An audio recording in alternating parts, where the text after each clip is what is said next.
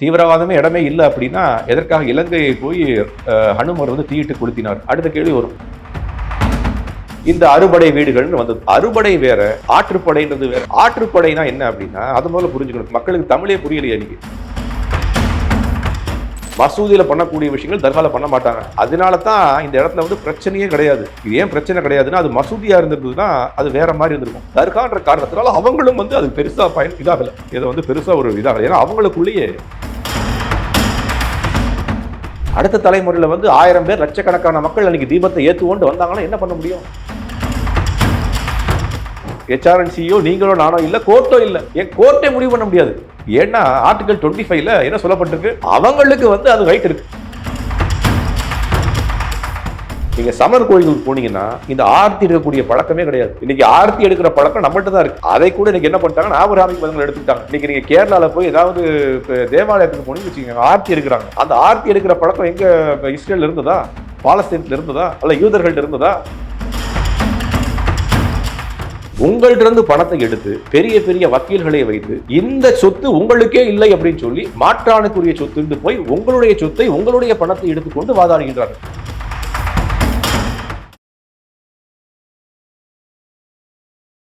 இளையபாரத நேயர்களுக்கு வணக்கம். இன்னைக்கு நம்ம நேர்காணல நம்ம சிறப்பு விருந்தினர் இஸ்கானின் இயக்குனர் ஸ்ரீராம் தாஸ் சார் அவர்கள் தான். சார் வணக்கம் சார். ஹரே கிருஷ்ணா. வணக்கம் சாமி. இப்போ பார்த்தோம் அப்படின்னா திடீர்னு இப்போ மதுரையில் வந்து 2 பிரச்சனைகள் போய்கிட்டு இருக்கும், நல்லாவே தெரியும் உங்களுக்கு. ஸோ இதில் வந்து ஒருத்தர் வந்து பூர்ண சந்திரன் அப்படின்றவர் வந்து தன்னைத்தானே கொளுத்திக்கிட்டு இறக்குற ரேஞ்சுக்கு போகிறார். அதாவது அவர் தீவிர முருக பக்தர் அப்படின்றாங்க. ஸோ தீவிர முருக பக்தராக இருந்தாலும் கூட அவருக்கு ஒரு ஃபேமிலி இருக்குது, குழந்தைகள் இருக்குது. அந்த அளவுக்கு அவர் முடிவெடுக்கிறதுக்கு என்ன காரணமாக இருக்குது? ஒரு தீபத்தூண்டில் அந்த தீ ஏற்றாதனாலேயே பிரச்சனையாக இருக்குது அவங்களுக்கு?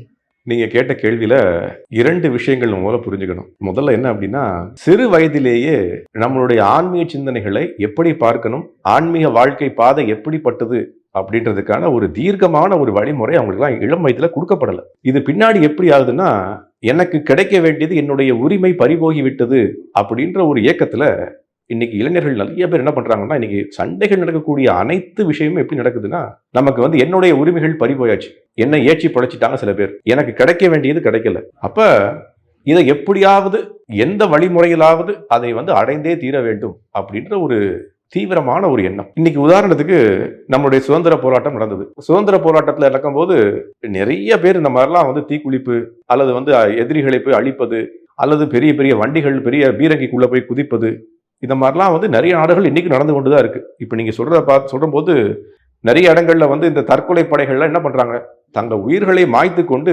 என்னமோ வந்து அவங்களுக்கு வந்து வீர சக்தி கிடைச்சிச்சு அல்லது வீர வெற்றி கிடைச்சாச்சு அல்ல வீர மரணம் கிடைச்சாச்சு அப்படின்ற சொல்லக்கூடிய விஷயங்களை செய்யறாங்க. நமது மதத்துல, அதுவும் குறிப்பா சனாதன தர்மத்துல இந்த மாதிரி பழக்க வழக்கங்கள் வந்து முற்றிலுமே தவறானதுன்னு தான் சொல்லப்பட்டிருக்கு. என்ன காரணம்னா, கிருஷ்ணர் பகவத்கீதை என்ன சொல்றாரு அப்படின்னா, இந்த உடல்ன்றது உங்களுக்கு வாடகை கொடுக்கப்பட்ட ஒரு வஸ்து. சரிங்களா? இது என்ன அப்படின்னா, ஜந்தூர் தேகோபஜாயத்தை, என்ன அருமையான ஸ்லோகம் வருது பாகவத புராணத்துல, கர்மனா தெய்வ நித்திரேனா ஜந்தூர் தேகோபஜாயத்தை. நீங்கள் பண்ண கர்மாவின் காரணமாக தெய்வத்தினுடைய மேற்பார்வையில் உங்களுக்கு ஒரு உடல் கொடுக்கப்படுகிறது. இந்த சட்டை உங்களுக்கு ஒரு சட்டையாக இவ்வளவு நாட்கள் இந்த சட்டை இருக்கும் அப்படின்னு ஒரு சட்டை கொடுக்கப்பட்டிருக்கு. இது வாடகை வீடு. இந்த வாடகை வீட்டில் நீங்க உரிமையாளர் இல்லை. இப்போ நீங்கள் ஒரு வாடகை வீடு எடுக்கிறீங்க அப்படின்னா அந்த வீட்டை பாதுகாப்பது உங்களுடைய கடமை. உரிமையாளர் வந்து பார்த்துட்டு போவார், எங்கேயாவது ஆணி அடிக்காதீங்க, அதை பண்ணாதீங்கன்னு சொல்லுவார்.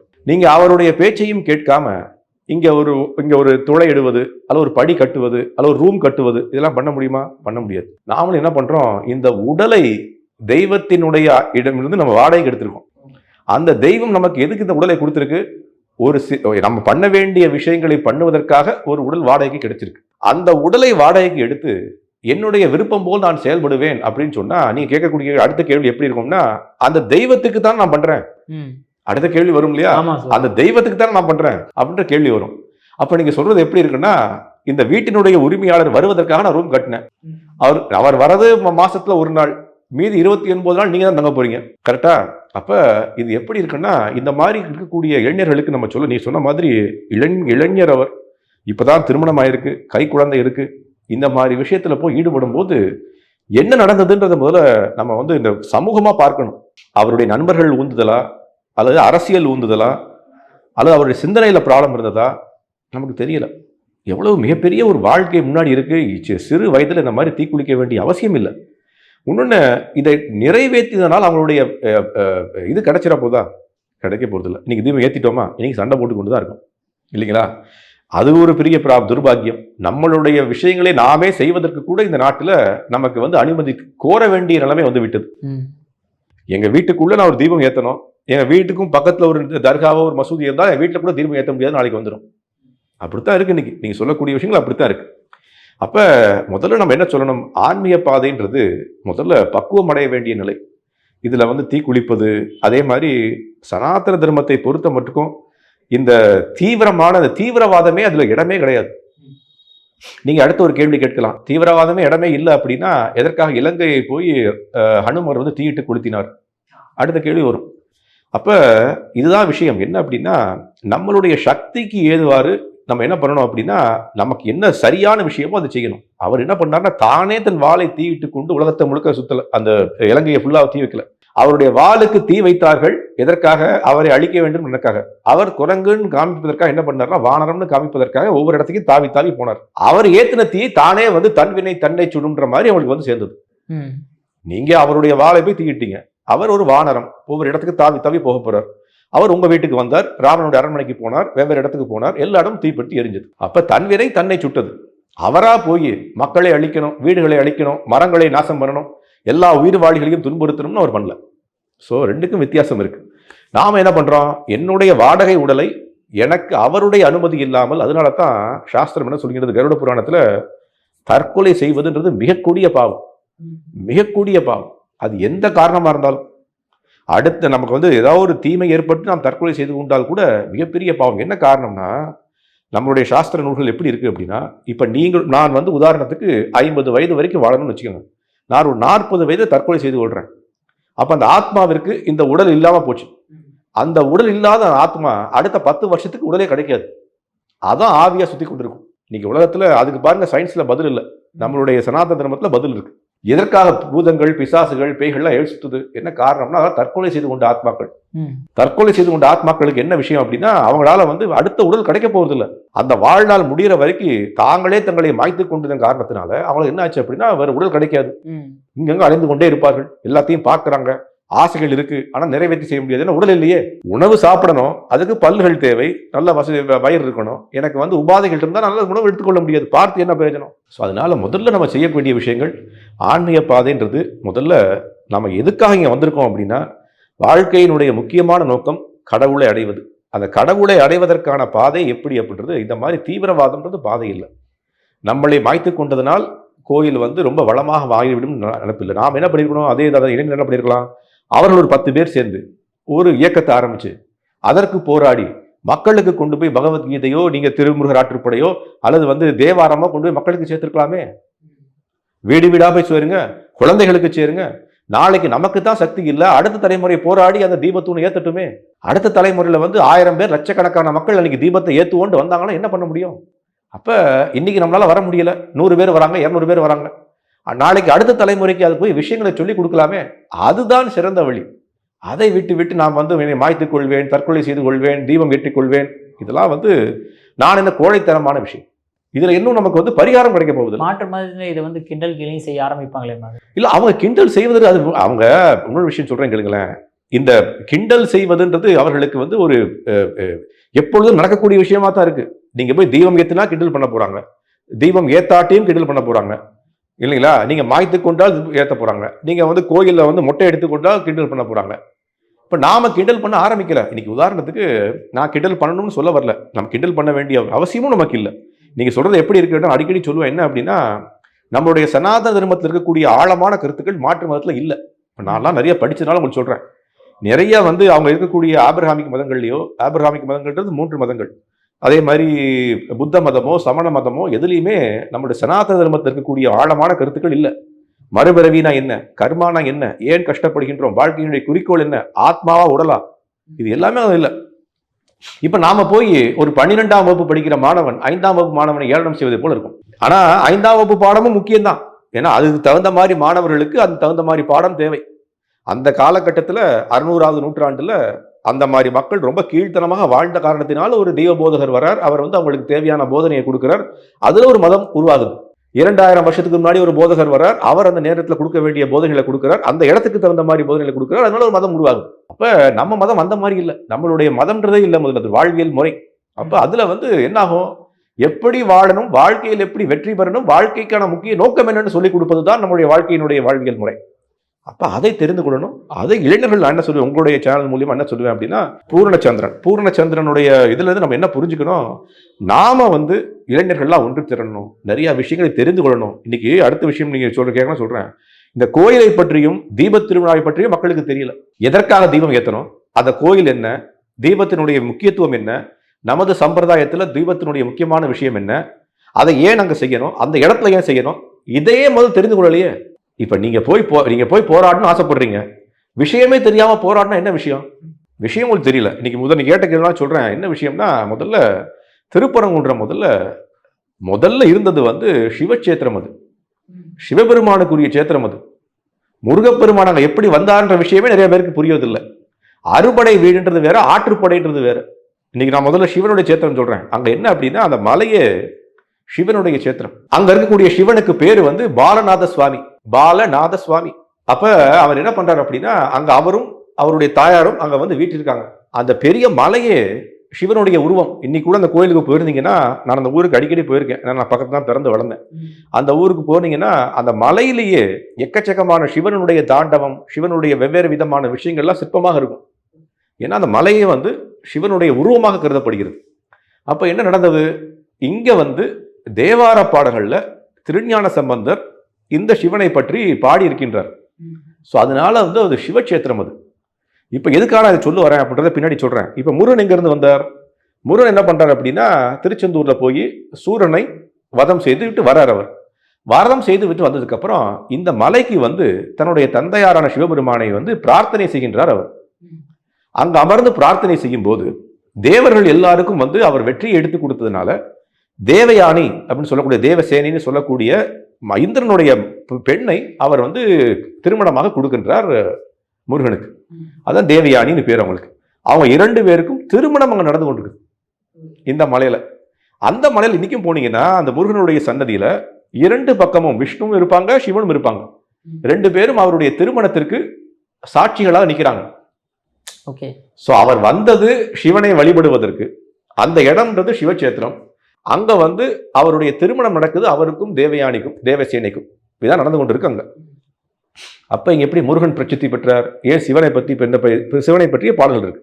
இது பின்னாடி என்ன ஆச்சு, 16ஆம் நூற்றாண்டு 17ஆம் நூற்றாண்டுல திருப்புகழ் வந்தது இல்லையா. அந்த திருப்புகழ் வந்ததுக்கு அப்புறம் இந்த அறுபடை வீடுகள்னு வந்தது. அறுபடை வேற, ஆற்றுப்படைன்றது வேற.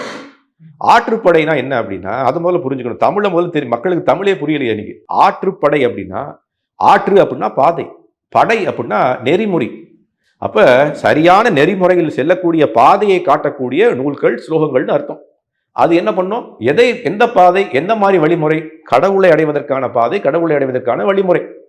அப்ப திருமுருகர் ஆற்றுப்படைன்னு அர்த்தம், திருமுருகனை அடைவதற்கான பாதை என்ன, அதை எப்படி அடைவது, அதன் நெறிமுறை என்ன, அதை சொல்லுவதுதான் திருமுருகர் ஆற்றுப்படை. பெருநூல் ஆற்றுப்படைனா என்ன, சிறுநூல் ஆற்றுப்படைனா என்ன, கூற்றாற்றுப்படைனா என்ன, இந்த மாதிரி ஆற்றுப்படைகள் இருக்கு. அதை மக்களுக்கு கொண்டு போய் சேருங்க. எவ்வளவு அற்புதமான விஷயங்கள் சைவ மதத்துல அவ்வளவு அற்புதமான விஷயங்கள் இருக்கு. நான் அவ்வளவு தூரம் கைதேர்ந்தவன் இல்லை சைவத்தில், இருந்தாலும் சொல்றேன், ரொம்ப அற்புதமா இருக்கு. அதை எடுத்துக்கொண்டு போய் மக்களுக்கு சொல்லலாமே. அப்ப ஆற்றுப்படைன்றது என்ன அப்படின்னா, வழிமுறையை சொல்லக்கூடியது. அது ஆற்றுப்படைன்றது, அது திருமுருகர் ஆற்றுப்படை அங்க பாடப்படுது. அப்ப திருமுருகர் ஆற்றுப்படையில அறுபடையில வரக்கூடிய, அறுபடைன்னு எப்படி வந்தது, ஆற்றுப்படை மருவி அறுபடையா வந்ததுன்னு சொல்றது தப்பு.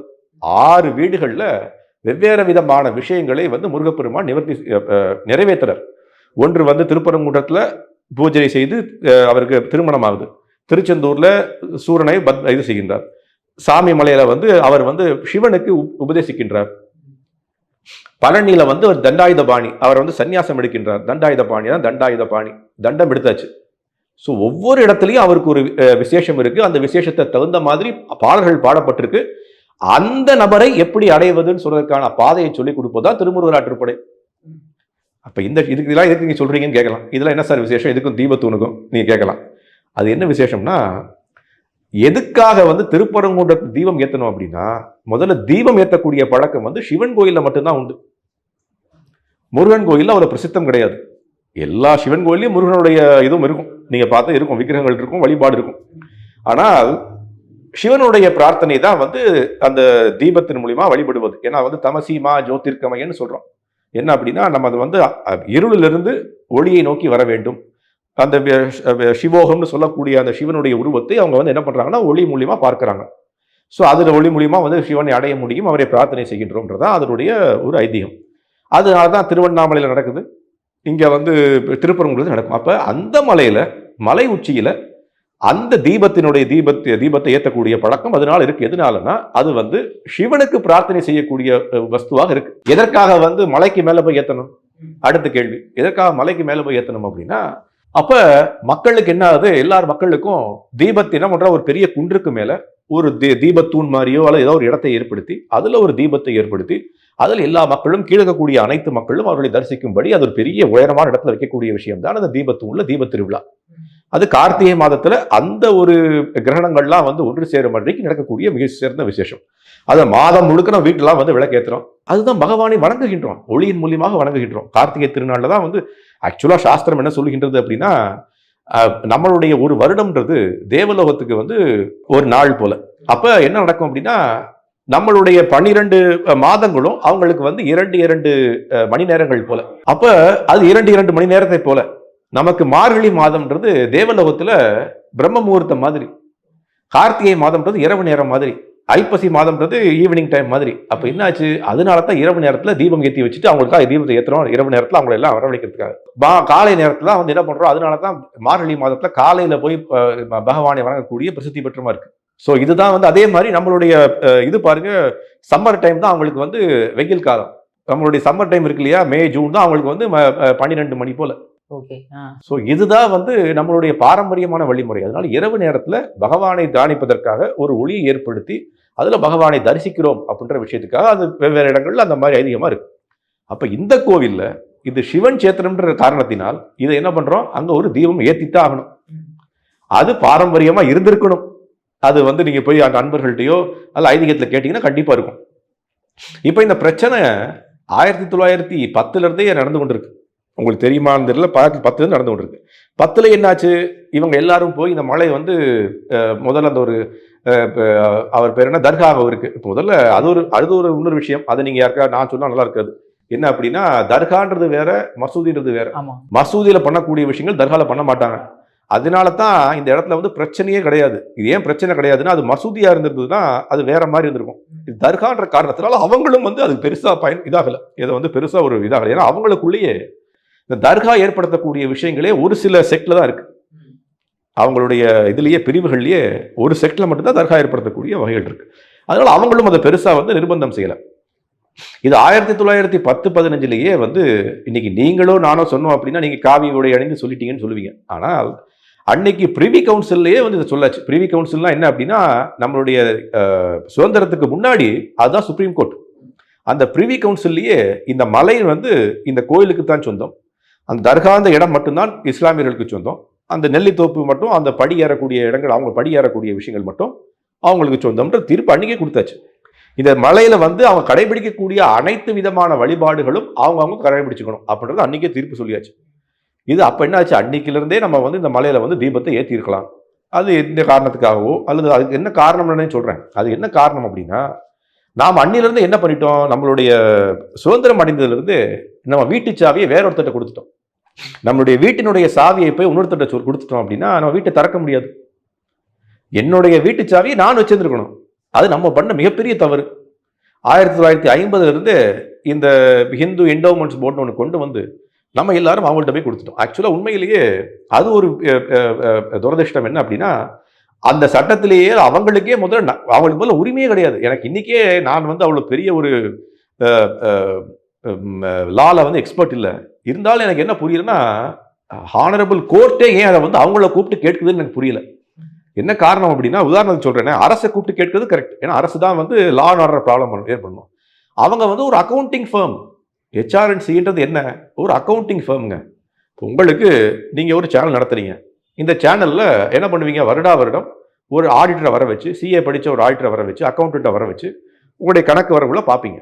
அவர் என்ன பண்ணுவார், இந்த வருஷம் ஃபுல்லா என்ன வரவு என்ன செலவு எப்படி நடந்திருக்கு, இது சரியா தவறான்னு பார்த்துட்டு அவர் கடைசியில் கையொப்பம் விடுவார். அதை கொண்டு போய் நீங்க என்ன பண்ணுவீங்க, ஃபைல் பண்ணுவீங்க இல்லைங்களா. இதுதான் வந்து ஹெச்ஆர்என்சியுடைய வேலை.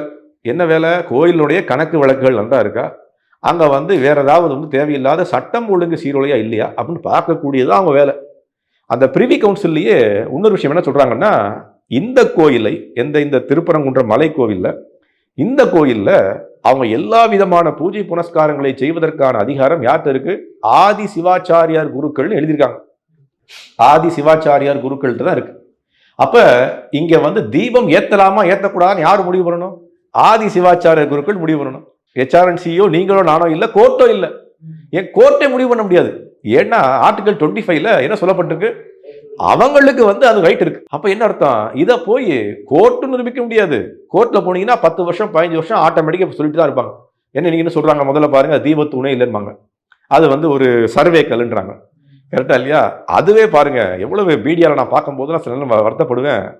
சர்வே கல்லா இருந்தது அப்படின்னா முதல்ல அது ஒரு விஷயம் பாருங்க. நம்ம பிரிட்டிஷ்காரர்கள் பண்ண ஒரு முக்கியமான விஷயம், அவங்கள மாதிரி டாக்குமெண்டேஷன் யாராலையும் பண்ண முடியாது. ரொம்ப அற்புதமா டாக்குமெண்டேஷன் பண்ணுவாங்க.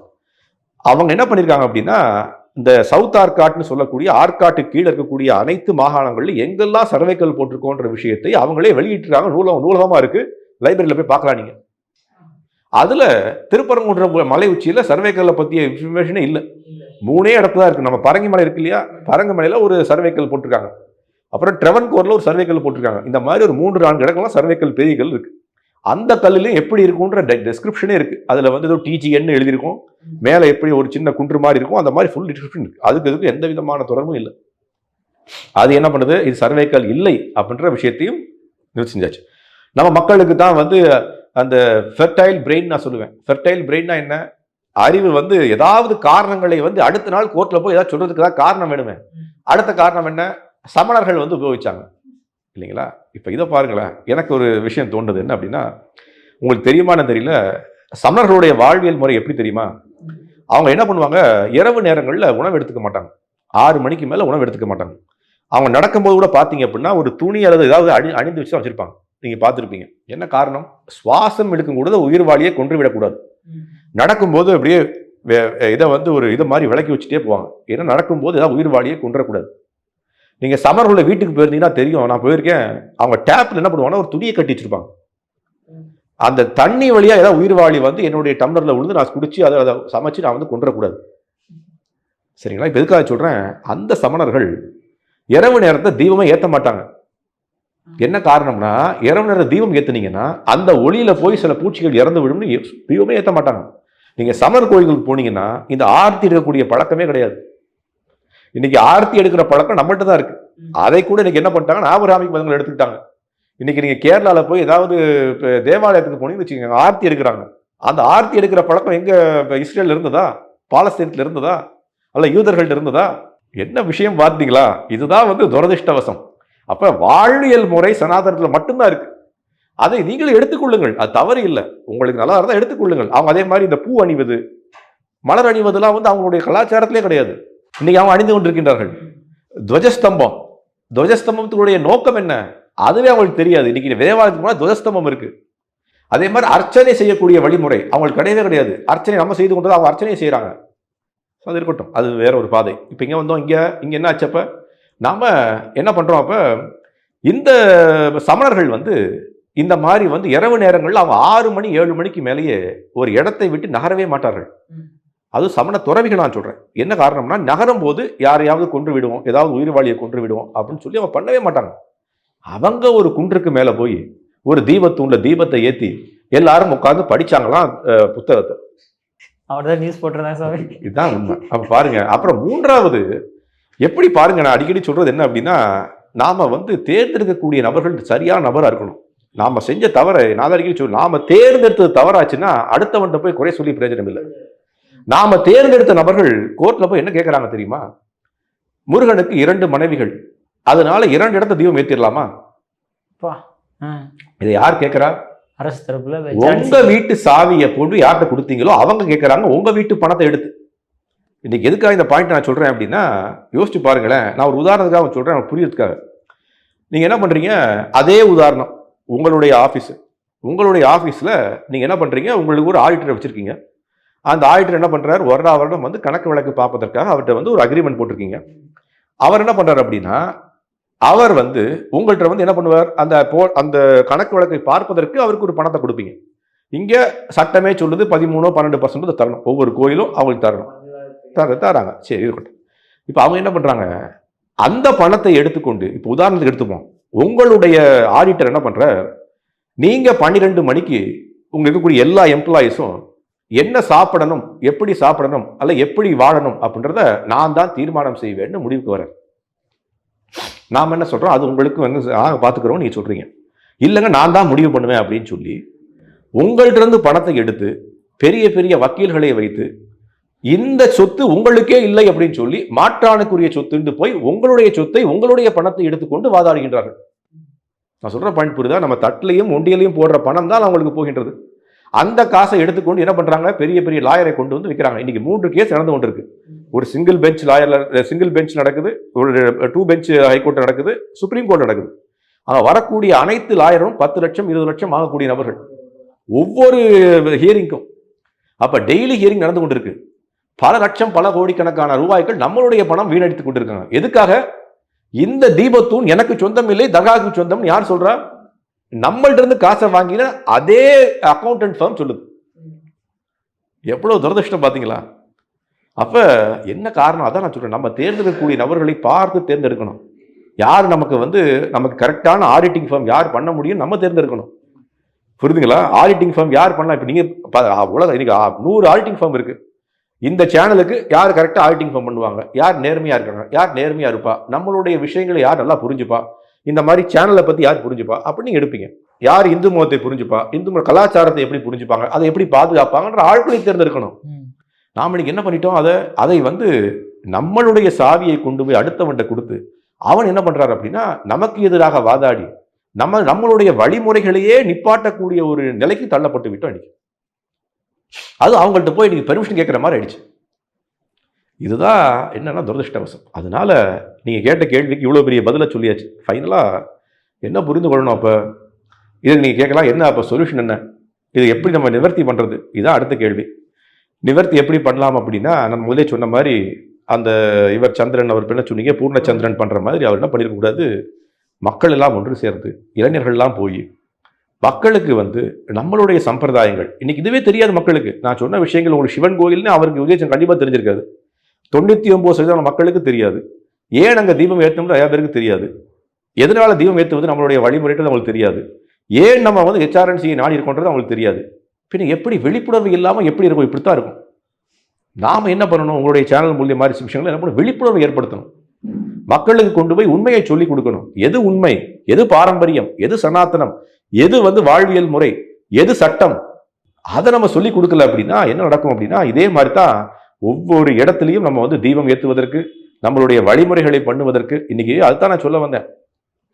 ஒரே ஒரு ஹியரிங்ல அவங்க வேண்டாம் நீங்க ஏற்றிக்கொள்ளுங்கள்னு போயிருந்தாங்கன்னா இன்னைக்கு 25,000 கோயில்களுக்கு ஒரு விளக்கு கூட நான் போன வாரம் ஒரு இடத்துக்கு போயிருந்தேன். அங்க அருமையான கோயில் கட்டியிருக்காரு கரிகால சோழர். அற்புதமான கோயில்.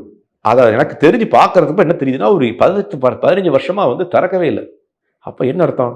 அதை திறந்து அவர் அற்புதமான கல்கோவில் அதை ஸ்தாபனம் செய்து கிளீன் பண்ணி அதில் ஒரு பூஜை புரஸ்காரங்களை ஆரம்பிச்சிருக்கலாமே. அங்க ஊர் மக்களும் அந்த கோயிலுக்கு இதாக இருப்பாங்க.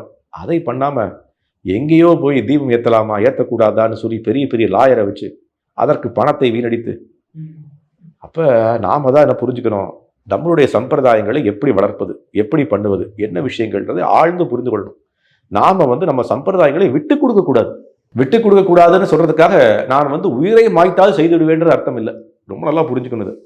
உயிரை மாய்க்க வேண்டிய அவசியம் இல்லை.